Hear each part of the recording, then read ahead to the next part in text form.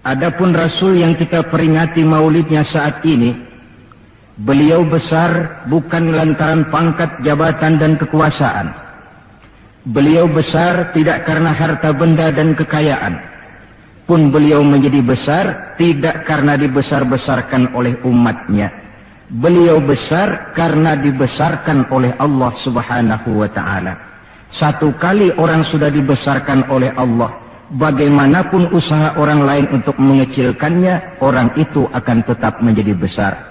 Tetapi satu kali orang dikecilkan oleh Allah, satu negara orang mau mengangkat dia, kalau memang dasarnya potongan nyungsep, tentu tidak akan naik ke atas juga.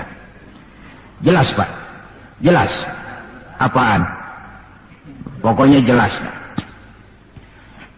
Tidak ada seorang penulis pun, baik dia dalam Islam maupun dari luar Islam, jikalau mau bicara dengan jujur, yang tidak mengagumi kebesaran pribadi dan martabat Rasulullah sallallahu alaihi wasallam.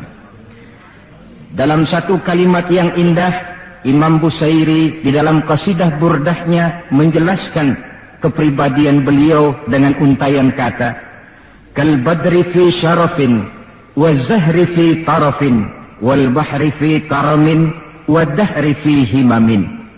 Rasulullah itu, kata beliau, tinggi martabat bagai rembulan, tabah dan ulet laksana masa, dermawan bak samudra luas biru membentang, tabah dan ulet laksana masa.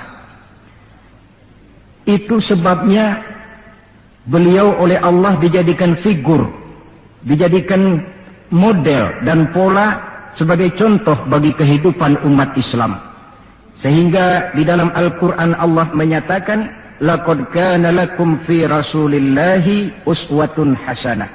Sungguh telah ada bagi kamu pada diri Rasulullah itu contoh teladan yang sangat baik.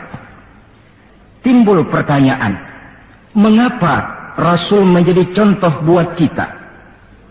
Pertama, beliau menjadi contoh buat kita karena beliau manusia, hidup dan berjuang secara manusiawi. Kalau manusia disuruh mencontoh manusia, tentu wajar. Yang tidak wajar kalau manusia disuruh mencontoh jin atau malaikat.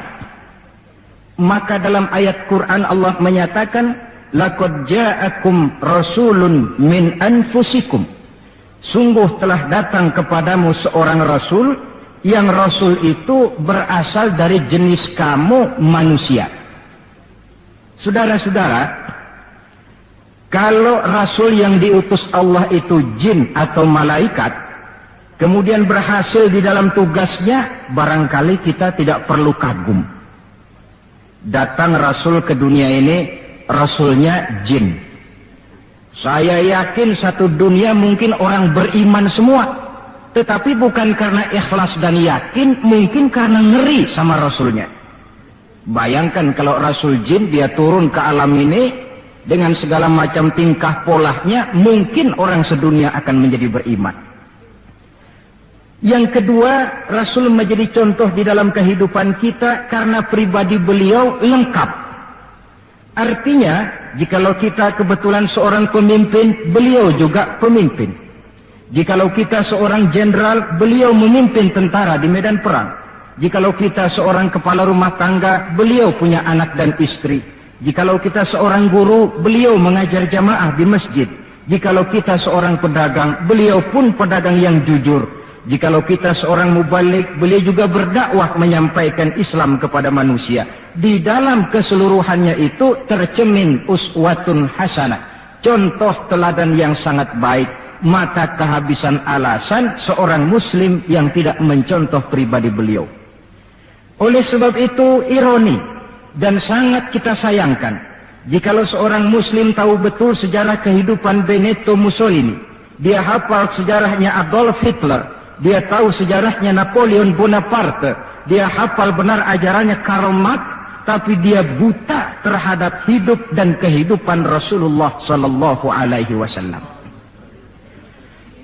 Saudara hadirin yang berbahagia, yang akan kita bicarakan pada kesempatan ini, bagaimana cinta Rasul kepada umatnya dan bagaimana sewajarnya cinta kita umatnya kepada beliau.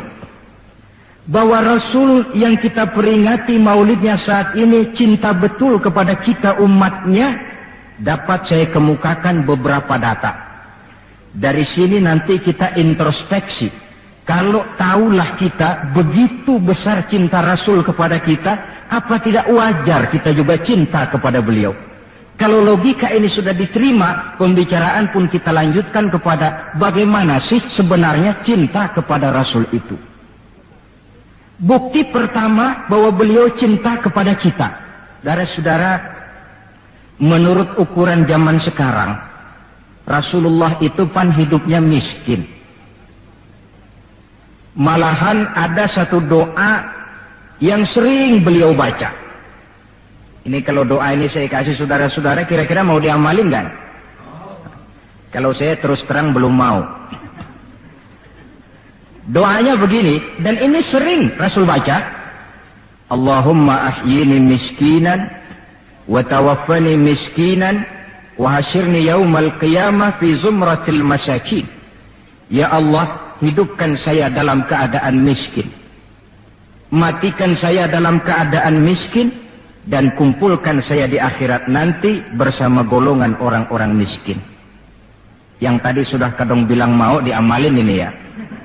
Saya sudah bilang tadi saya belum tapi mau. Kita baca dalam sejarah beliau itu rumahnya kecil. Tidurnya di atas pelepah daun korma, kadang-kadang sampai berbekas di pipinya. Sarapan paginya seteguk air zam-zam, sepotong roti, kadang 3 butir korma. Di tengah kemiskinannya Allah pernah menantang beliau dengan kata, wala sawfa yu'tika rabbuka fatarda. Ada enggak tuh di Quran? Ada. Surah apa? Pokoknya Quran dah ya. Wala sawfa yu'tika rabbuka fatarda. Allah akan memberikan kepadamu wahai Muhammad apa saja yang menyenangkan hatimu. Apa yang kamu mau, ngomong saja Allah berikan. Jikalau engkau Muhammad kepengen kekuasaan yang luas, kami angkat kau menjadi raja di raja. Menjadi king of king, istilah kerennya. Jikalau kamu kepengen kaya Muhammad, itu Jabal Uhud sanggup menjadi bukit emas. Sehingga itu di dalam Barzanji diceritakan, warawadathu jibalu bi an takuna lahu zahaban fa'aba. Jabal Uhud menawarkan diri menjadi bukit emas, tetapi Nabi menolak. Jikalau engkau wahai Muhammad kepingin wanita cantik, bilang saja anak siapa.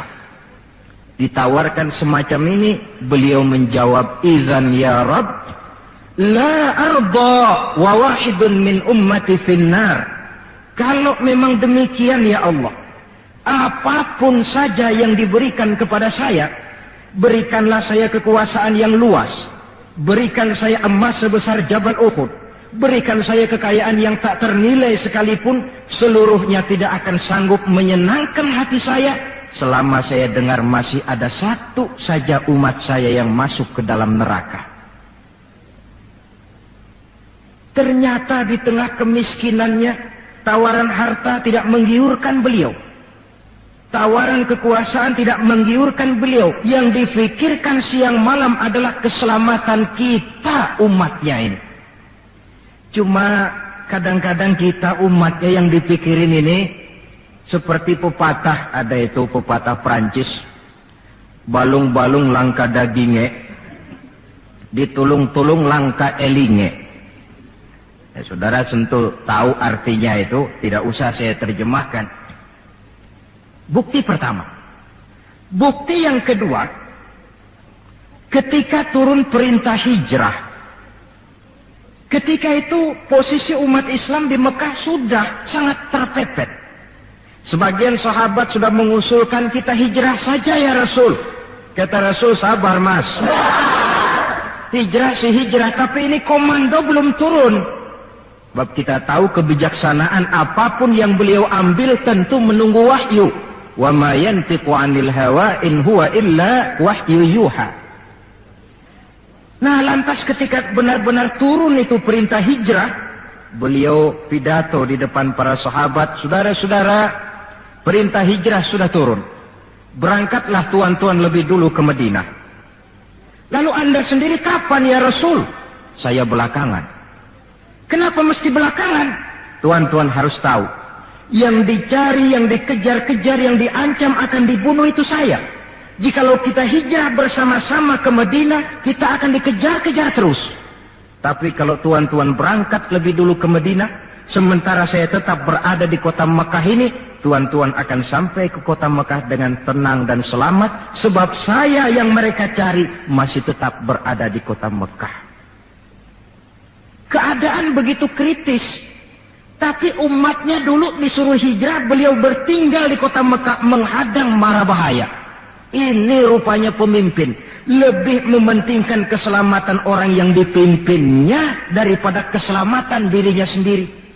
Enggak mentang-mentang turun perintah hijrah terus ngepak koper, udah ya gue duluan. Tidak, umatnya yang disuruh berangkat dulu, keselamatan umatnya yang dipikirkan, cintanya kepada umatnya.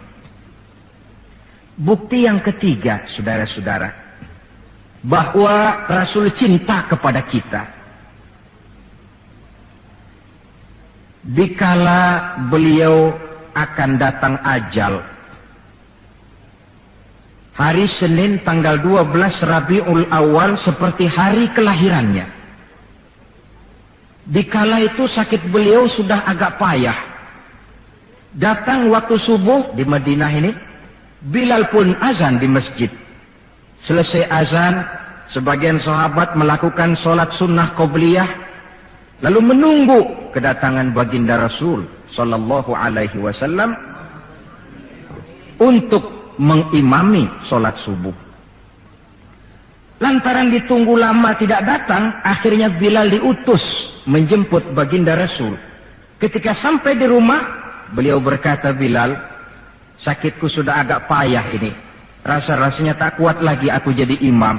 Kau kembalilah ke masjid, sampaikan ini kepada semua sahabat, dan minta kesediaan Abu Bakar menjadi imam. Bilal dengan muka sedih dan air mata berurai membasahi pipi, berangkatlah ke masjid. Saudara-saudara, baginda Rasul sudah tidak kuat lagi mengimami sholat. Beliau perintah Abu Bakar untuk menjadi imam.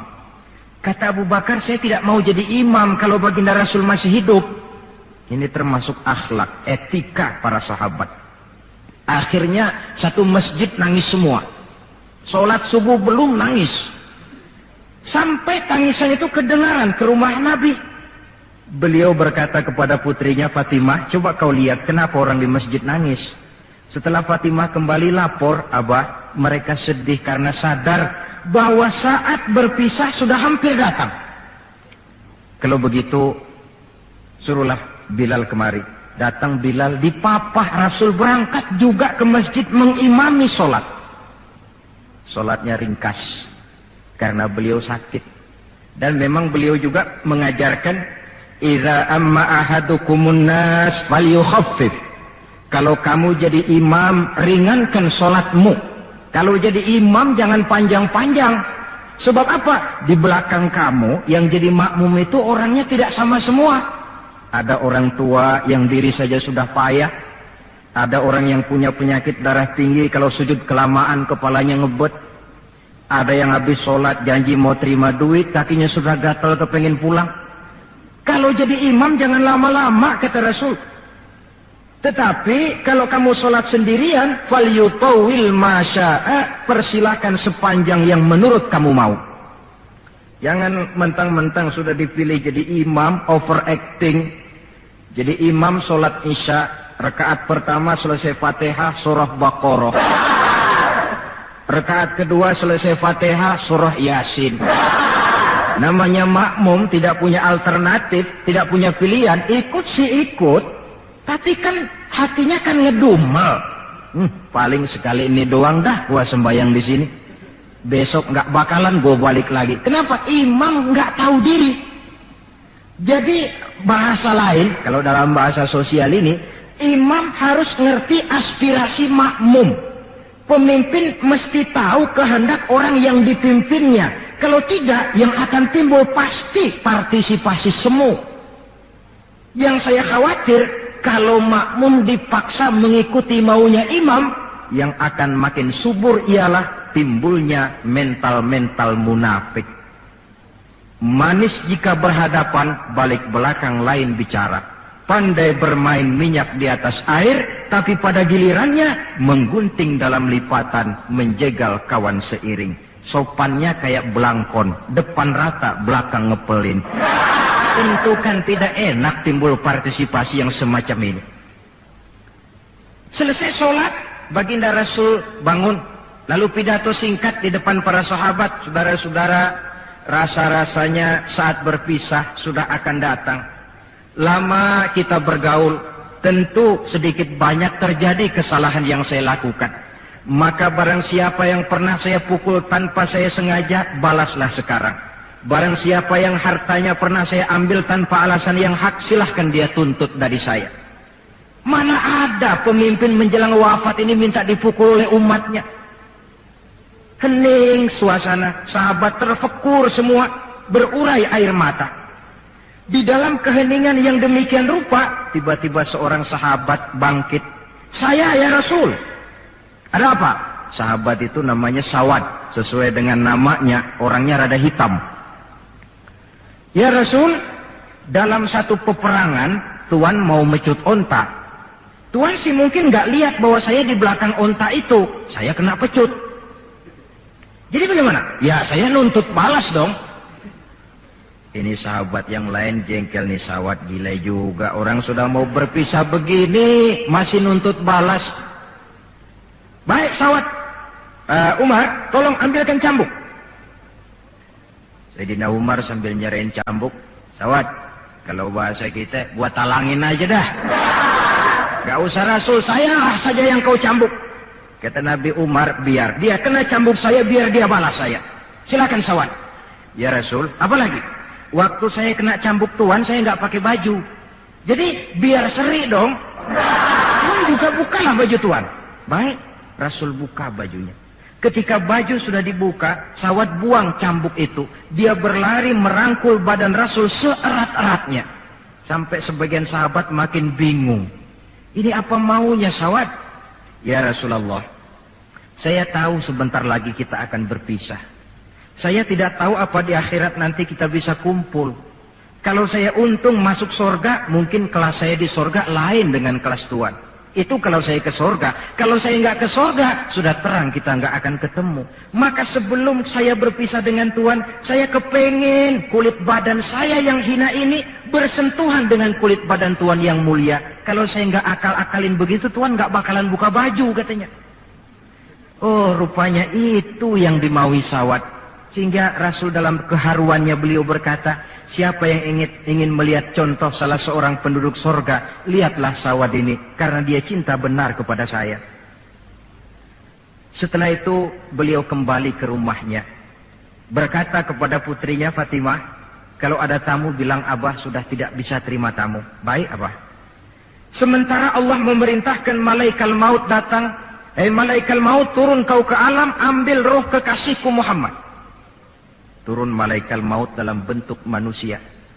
Ketuk pintu, keluarlah Fatimah putri baginda Nabi. Tuan, maaf saja, ayah tidak terima tamu. Katakan, saya yang datang. Melihat roman muka orang ini, Fatimah gemetar seluruh badannya, lalu kembali kepada ayahnya. Ayah, ada tamu, saya bilang ayah tidak terima tamu. Dia malah berkata, katakan saya yang datang. Melihat roman mukanya, gemetar seluruh tubuh saya. Hebat orang ini. Siapa sih ayah? Baginda senyum.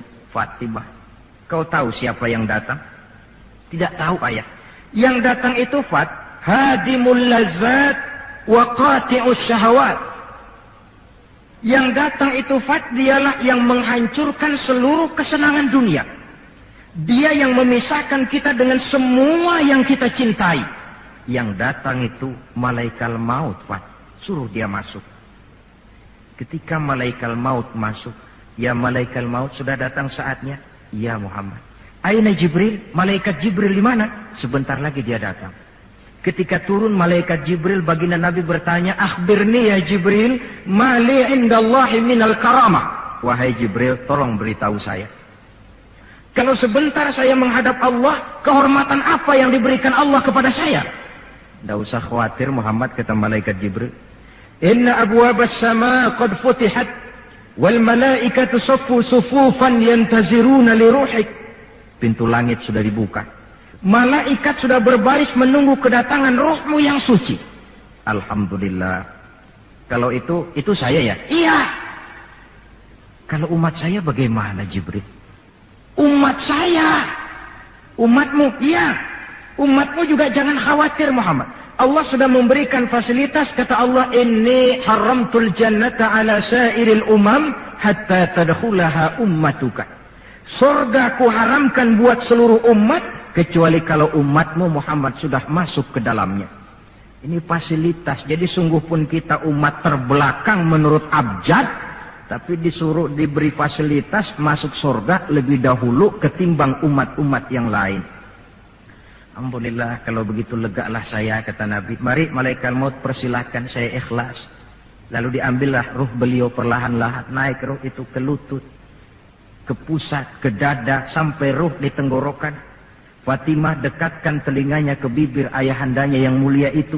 Suara terakhir yang sempat direkam oleh Sayyidatuna Fatimah, bisikan terakhir menjelang wafat, 3 kalimat. As-salah, as-salah, an-nisa, ittaqun nisa, ummati, ummati. Dengan kalimat itu beliau kembali menghadap Allah. Solat, jaga solat. Wanita, lindungi kaum wanita. Umatku, umatku. Itu kalimat terakhir yang beliau ucapkan. Kita umatnya yang disebut. Manalah di dunia ini pemimpin yang sempat nyebut umatnya dikala mau ajal.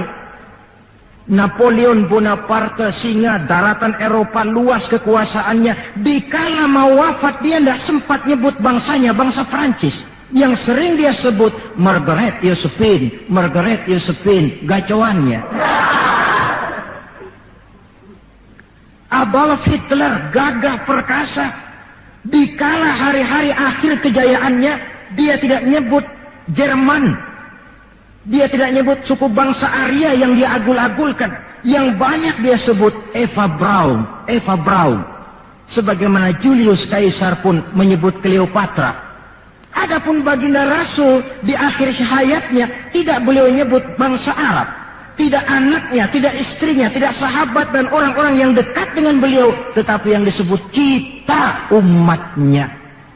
Pada detik-detik terakhir daripada kehidupan beliau.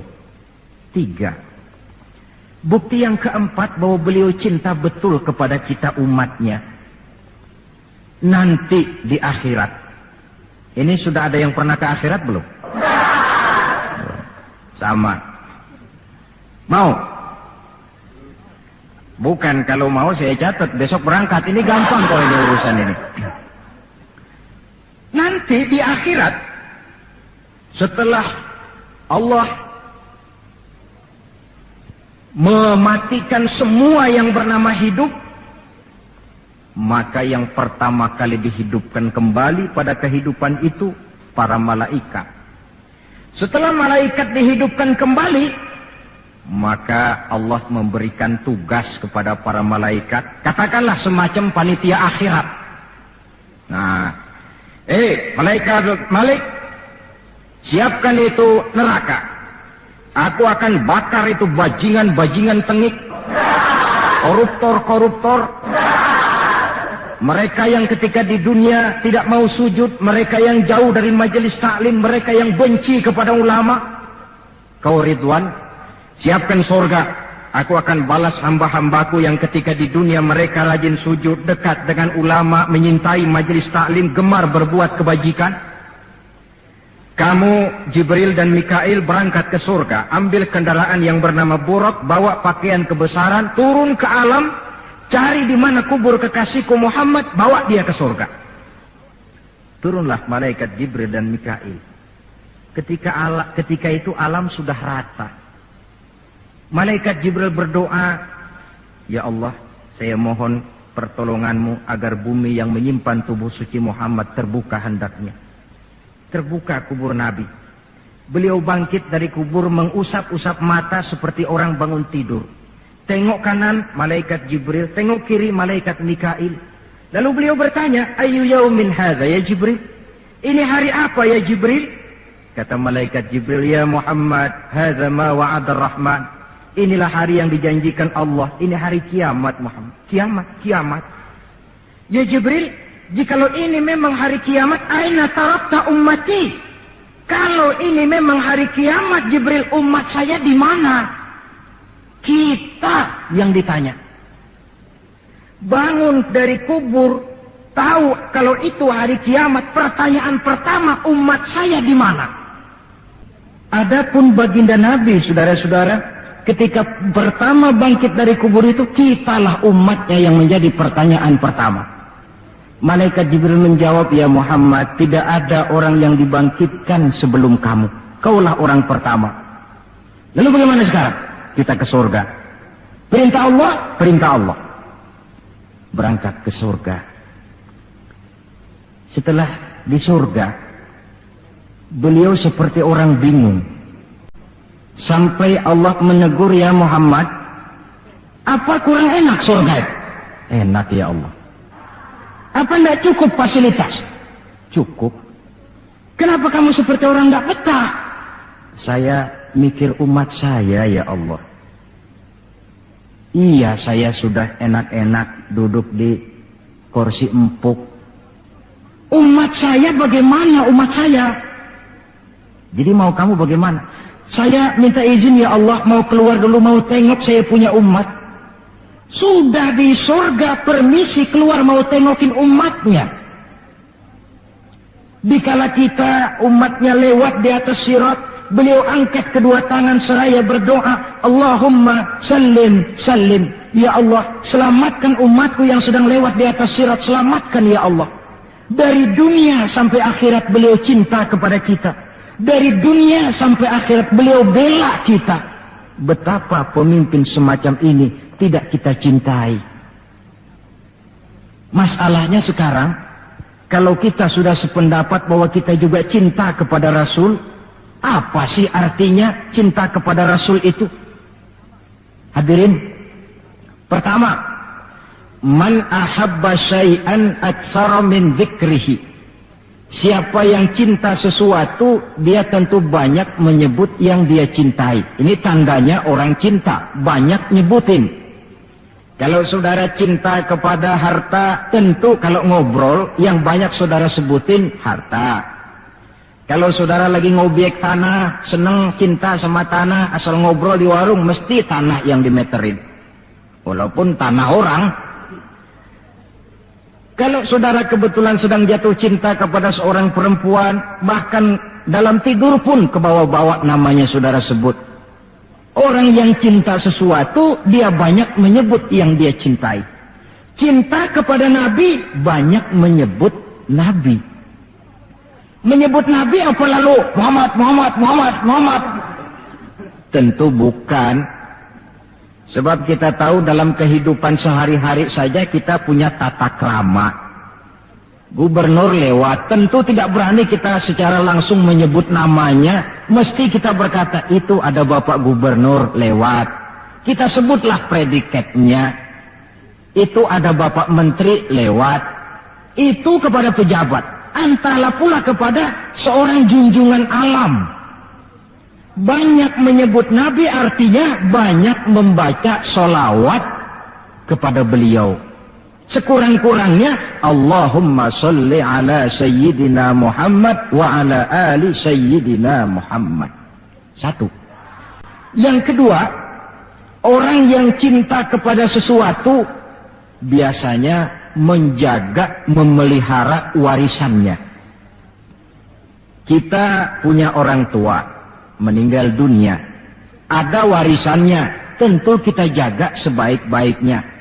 Sudahlah, nggak bisa nambahin, sekurang-kurangnya nggak jualin melulu.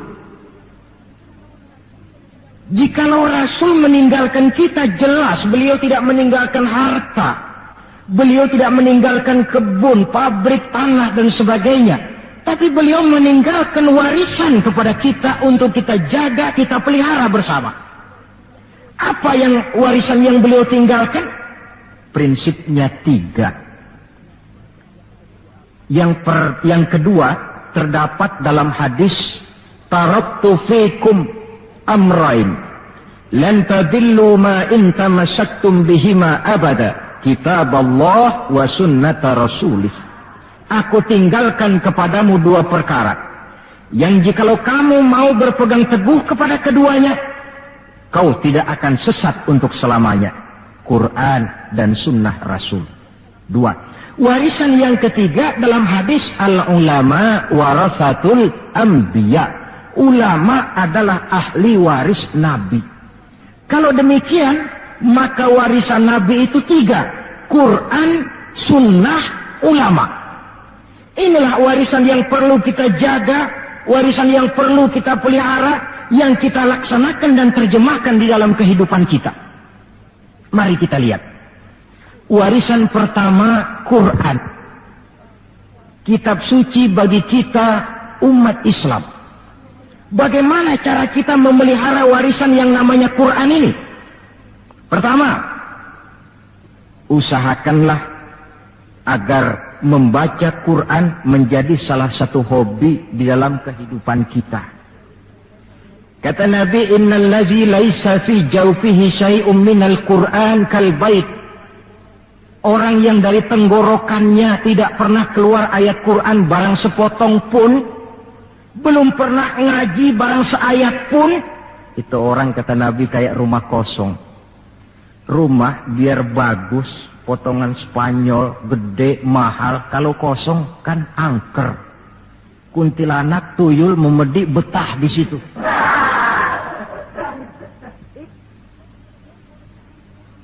Dan oleh karena Quran ini produk Allah, dibaca dalam segala keadaan pantas. Di gubuk reot di pinggir kali ada orang baca Quran, pantas. Di rumah mewah ada yang baca Quran, cocok. Kemudian orang sedih baca Quran, terhibur. Orang gembira baca Quran, tidak menjadi lupa diri. Di istana ada yang baca Quran, pantas.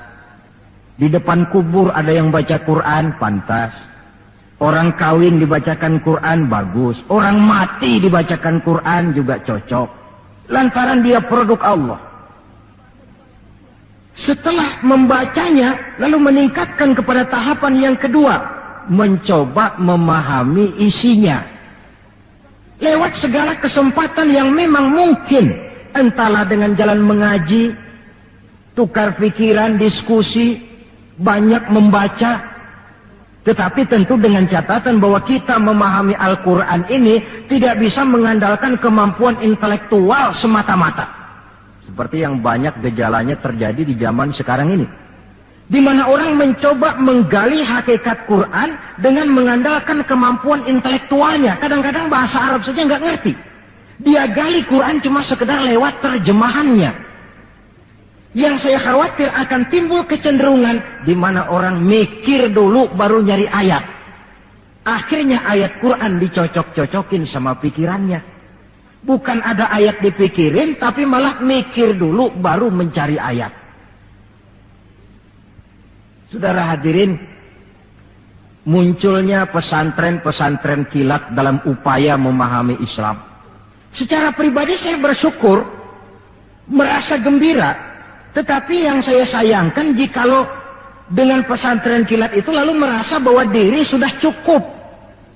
Setelah nyantren 1 minggu pesantren kilat, keluar pesantren sudah kayak pendekar. Ulama anu salah, kiai anu nggak bener, ustadz anu salah, semua ulama-ulama salah. Baru nyantren seminggu sudah semuanya salah. Lebih celaka lagi kalau nanti upaya memahami Islamnya, ini dalam bahasa sosialnya disebut frame of reference, seperti orang buta kenal gajah, yang mati-matian mempertahankan teori bahwa gajah itu tipis dan lebar seperti kipas, cuma karena kebetulan yang dia pegang baru sekedar telinga gajah.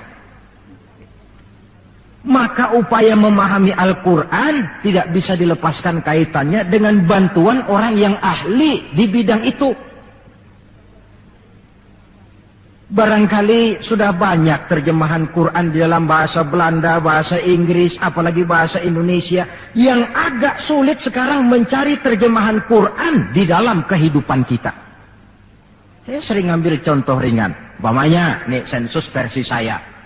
Konon kabarnya, menurut kata yang empunya cerita, penduduk Indonesia ini 90% beragama Islam. Betul kan? Nah.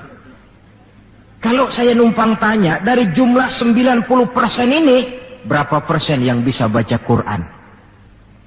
Kira-kira ada nggak separuhnya? Rasanya nggak ada. 30%? 20% ada ya? 20% adalah, kurang-kurang dikit sama kawan jadilah 20%.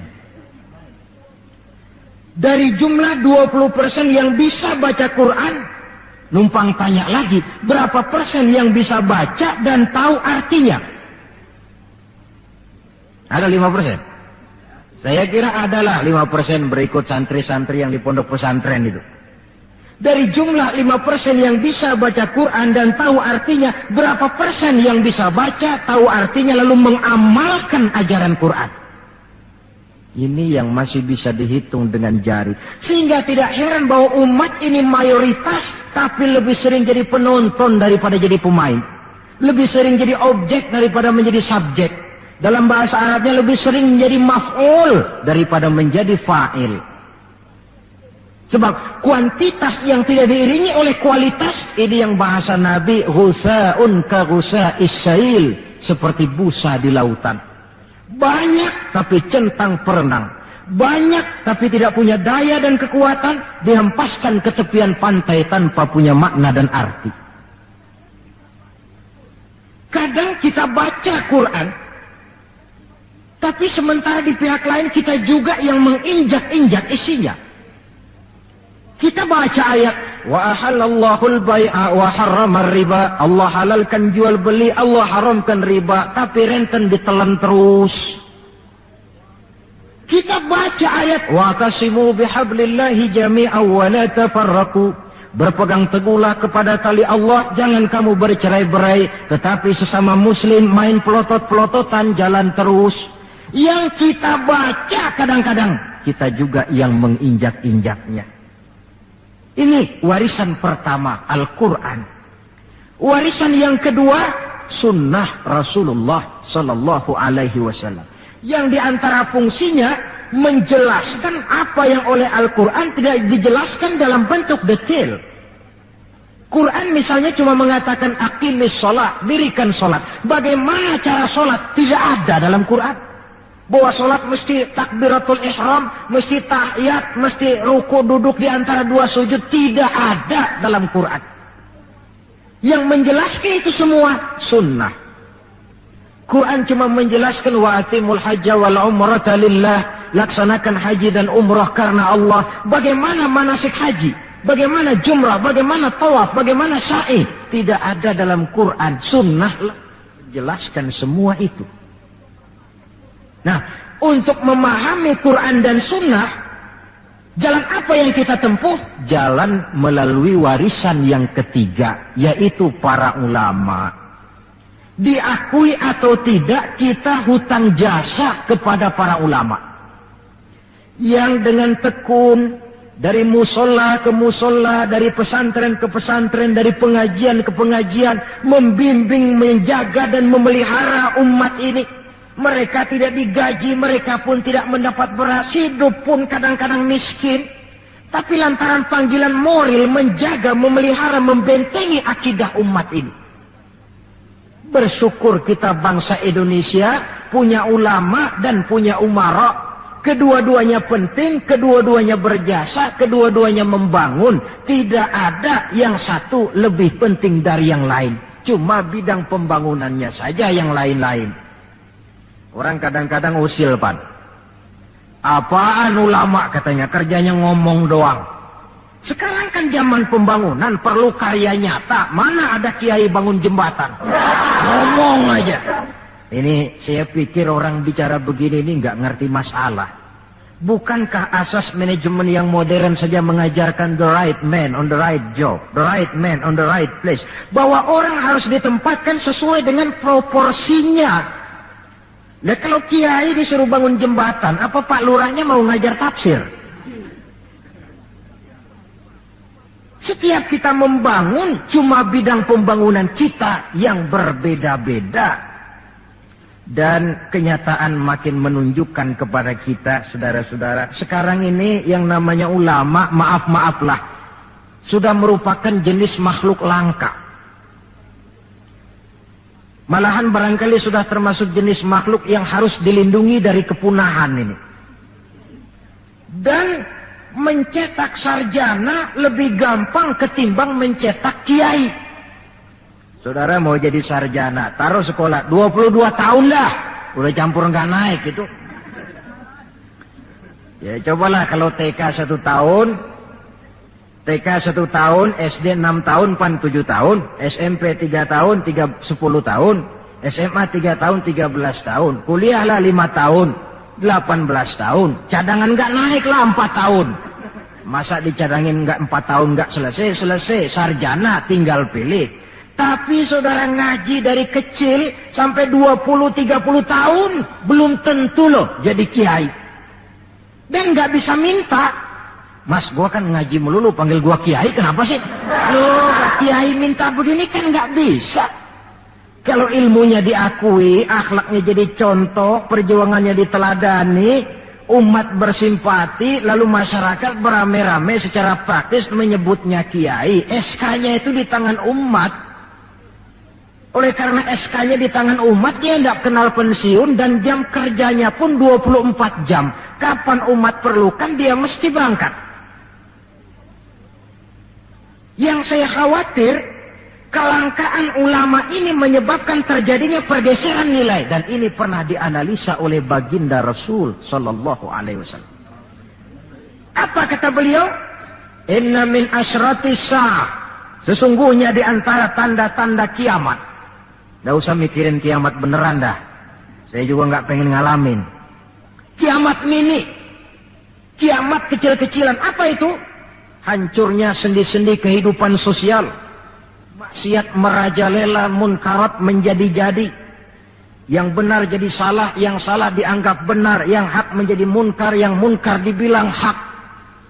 Kemakmuran cuma kata, keadilan cuma teori. Hukum kayaknya cuma buat orang kecilan, orang gedean, kagak mempan hukum. Padahal hukum kalau sudah pandang bulu, terang yang enak yang banyak bulunya. Siapa yang banyak bulunya? Monyet. Kalau hukum pandang bulu, monyet keenakan. Pergeseran nilai terjadi. Kiamat macam ini yang kadang-kadang kita temukan dalam kehidupan. Penyebabnya apa? Kata Nabi yang pertama, ayurfa'al ilmu. Ilmu diangkat oleh Allah. Bagaimana cara Allah mengangkat ilmu dan apa maksudnya? Allah mengangkat ilmu pertama dengan jalan mematikan ulama. Makin banyak ulama wafat, makin banyak ilmu ditarik. Yang kedua, kurangnya minat orang belajar agama. Majelis taklim yang non formal atau yang formal seperti madrasah dan pesantren. Pikiran orang sudah pikiran perut. Sekolah sama dengan ijazah, ijazah sama dengan lapangan kerja. Dalam kondisi macam itu, madrasah mendapat perhatian sebelah mata. Maksudnya apa ilmu ditarik ini? Agama dikucilkan. Kalau 1-2 kali disebut-sebut agama itu cuma alat pelengkap saja. Agama cuma pidato, agama cuma seminar, agama cuma kongres, agama cuma muktamar. Tapi bahwa agama jauh dari kehidupan sehari-hari, itu merupakan realita. Agama sudah tak ubahnya dengan daun pisang yang dikait di tepian jalan lantaran diri tak berpayung di ketika hari hujan. Dan manakala hujan usailah sudah, daun itu pun dicampakkan di tepi jalan, diinjak pula orang nan lalu. Dikala dilihat agama membawa untung, rame-rame teriak agama. Coba lihat tahun 65 begitu PKI meletus, wah rame-rame, banyak mobil-mobil mewah parkir di masjid. Begitu keadaan aman, cuman sepeda butut yang ketinggalan di depan masjid. Ini yang Allah jelaskan watak begini ini. Kullama adha'a lahum masyaw fih wa idza azlama alaihim qamu. Mentalitas munafik. Waktu terang mereka berangkat, waktu gelap mereka mandek. Ketika di Islam dilihat ada untungnya, rame-rame teriak Islam. Asal ada untungnya, Pak, saya Islam Pak, KTP saya aja Islam. Waktu ada untungnya. Tapi ketika diminta berjuang, dituntut berkorban, yang lain dulu dah, yang lain dulu. Nah, kalau ilmu sudah ditarik, timbul ekses berikutnya. Apa kata Nabi? Wa yuzharul jahlu, nampak kebodohan di mana-mana. Lantaran ulama tidak ada yang menjelaskan halal haram, hak batil, ma'ruf munkar, tidak ada. Orang hidup menurut seleranya, timbul permissive society. Terjadi pergeseran nilai. Akibatnya kata Nabi, wa yabsu zina wa yushrabal khamr. Maka zina pun dikerjakan terang-terangan. Arak jadi minuman kebanggaan. Sebagian anak muda belum bangga kalau belum bisa mabok. Yang nggak mabok dianggap kolot, kampungan loh. Bikin malu baru kena segelas sejodoh miring.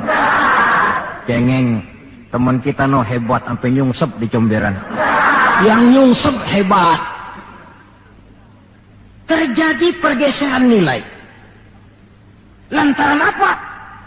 Ilmu ditarik, ulama banyak wafat, minat orang belajar agama berkurang. Maka sekali lagi bersyukurlah kita bangsa Indonesia punya ulama dan punya umarok. 3 warisan Nabi yang perlu kita pelihara jikalau kita cinta kepada beliau: Quran, Sunnah, dan ulama. Kemudian yang terakhir, orang yang cinta sesuatu tentu dia mengikuti, mencontoh yang dia cintai.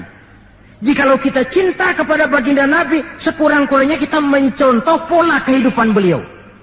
Saudara remaja cinta kepada Michael Jackson, umpamanya. Tentu lalu timbul gairah nyontoh. Ini Michael Jackson, bajunya potongannya bagaimana? Bikin. Kacamatanya model bagaimana? Beli. Rambutnya bagaimana? Oh, sebelah cukur, sebelah enggak. Bikin. Pokoknya pantas enggak pantas, nyontoh. Orang yang cinta sesuatu, dia contoh yang dia cintai. Jikalau kita cinta kepada baginda Nabi, pola kehidupan beliau pun kita perlu mencontohnya. Apa yang terpenting dalam kehidupan ini untuk kita jadikan contoh? 2 hal saja. Pertama akhlak dan yang kedua ibadah. Kita tahu akhlak beliau bukan cuma manusia, Allah yang puji. Wa innaka la'ala khuluqin azim. Engkau wahai Muhammad benar-benar berada di atas budi pekerti yang sangat luhur. Kalau Allah saja sudah memuji, apalah artinya pujian kita manusia ini? Allah saja memuji beliau, apalah artinya pujian kita ini? Tidak cuma teman, lawan pun mengagumi ketinggian akhlaknya. Kalau orang berakhlak kepada teman barangkali masih wajar, tapi berakhlak kepada musuh, ini yang tidak semua orang bisa. Pernah selesai sholat zuhur, beliau tidur di bawah pohon korma. Datang orang kafir namanya Daksur menghunus pedang. Muhammad, kemarin banyak temanmu, boleh jadi kau bertingkah. Sekarang kau sendiri, kalau saya tebas batang lehermu, siapa yang akan tolong kamu? Dengan tenang beliau menjawab, Allah yang akan menolong saya. Kalimat Allah kalau diucapkan oleh orang yang jiwanya bersih, pengaruhnya lain. Daksur gemetar seluruh badannya mendengar kalimat Allah. Keringat dingin bercucuran sampai tangan licin, pedang terlepas. Jatuh pedang itu, diambil oleh Nabi. Kalau sekarang aku yang tebas batang lehermu Daksur, siapa yang akan tolong kamu? Dalam gemetar dia bilang, enggak ada ya Rasul, kecuali kalau anda mau memaafkan saya, maafin ya.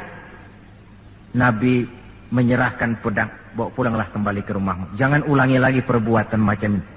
Begitu mudah beliau memaafkan orang yang nyata-nyata mau menghabiskan nyawanya. Kita kadang persoalan yang sedikit saja marah suka berlaku perpanjangan waktu. Nggak cukup perpanjangan waktu, bisa ditambah perpanjangan generasi. Gara-gara jengkel sama bapaknya, anaknya kagak boleh main. Lu jangan main ke rumah temen lu si Fulan, kenapa? Gue lagi kesel sama bapaknya. Kesel sama bapaknya, anak nggak boleh main. Ini kan sudah ditambah oleh perpanjangan generasi namanya. Banyak contoh yang diceritakan dalam sejarah mengenai ketinggian akhlak beliau, tidak cuma kepada teman, tetapi kepada musuh-musuhnya sekalipun beliau mempunyai akhlak yang sangat luhur. Dan akhlak inilah penilaian orang di dalam kehidupan kita. Seorang rendah yang akhlaknya tinggi jauh lebih baik daripada seorang besar dan tinggi, dalam arti entah jabatan, harta, kekuasaannya, tetapi berakhlak dan bermoral rendah. Dan jangan lupa, kehancuran suatu bangsa selalu dimulai dengan kehancuran moral daripada bangsa itu sendiri. Kita cukup prihatin yang hidup di abad 20 ini, insya Allah lah kita nggak akan mengalami banjir sebesar banjirnya Nabi Nuh. Tapi banjir abad ini polanya lain. Banjir maksiat dan munkar, banjirnya peradaban dan kebudayaan yang menghancurkan moral anak-anak kita, banjirnya paham-paham yang menghancurkan, sekurang-kurangnya mendangkalkan kita punya akidah. Terhadap banjir-banjir semacam ini kita perlu punya kapal supaya selamat diri, selamat keluarga, selamat generasi yang akan datang dari segala macam banjir yang tidak kita inginkan. Nah, untuk mencontoh akhlak beliau inilah kita perlu membaca, mempelajari peri kehidupan beliau. Akhlaknya ketika menjadi pedagang, akhlaknya ketika memimpin tentara, akhlaknya dalam kehidupan di rumah tangga, akhlaknya kepada para sahabat, akhlaknya menghadapi musuh sekalipun. Bukankah sejarah juga yang menceritakan kepada kita, pada waktu dakwah ke Taif beliau bukan disambut malah disambit. Ketika itu turun malaikat Jibril, ya Muhammad, kalau kau mau orang yang melontari kau dengan batu hancur, sekarang ini juga aku timpa mereka dengan Jabal Uhud biar mampus semua. Kata Nabi, jangan ya Jibril, saya ini diutus bukan untuk menghancurkan orang, saya ini rahmatan lil alamin. Jadi mau kamu apa? Saya cuma mau berdoa buat mereka. Allahumma hdi qaumi fa innahum la ya'lamun. Ya Allah, berikan hidayah, petunjuk kepada kaumku yang tadi melontari aku dengan batu lantaran mereka tidak tahu. Karena tidak tahu maka mereka lontari aku dengan batu. Andai mereka tahu, itu tidak akan mereka lakukan. Sudahlah dilontari batu, yang melontari batu malah didoakan dan doanya pun bagus. Akhlak di dalam kehidupan. Hal kedua yang mau kita contoh adalah ibadah. Hadirin, kalau ada satu-satunya manusia yang sudah mendapat jaminan ampun dari segala dosa, itu cuma baginda Nabi orangnya. Liyaghfira lakallahu ma taqaddama min dzambika wa ma ta'akhkhar. Ya Muhammad, dosamu yang dulu, yang sekarang, yang akan datang, jikalau memang ada, semuanya sudah dijamin ampun oleh Allah. Tapi makin diampuni, makin banyak ibadahnya. Lantaran sandaran vertikalnya benar, beliau dekat dengan Allah.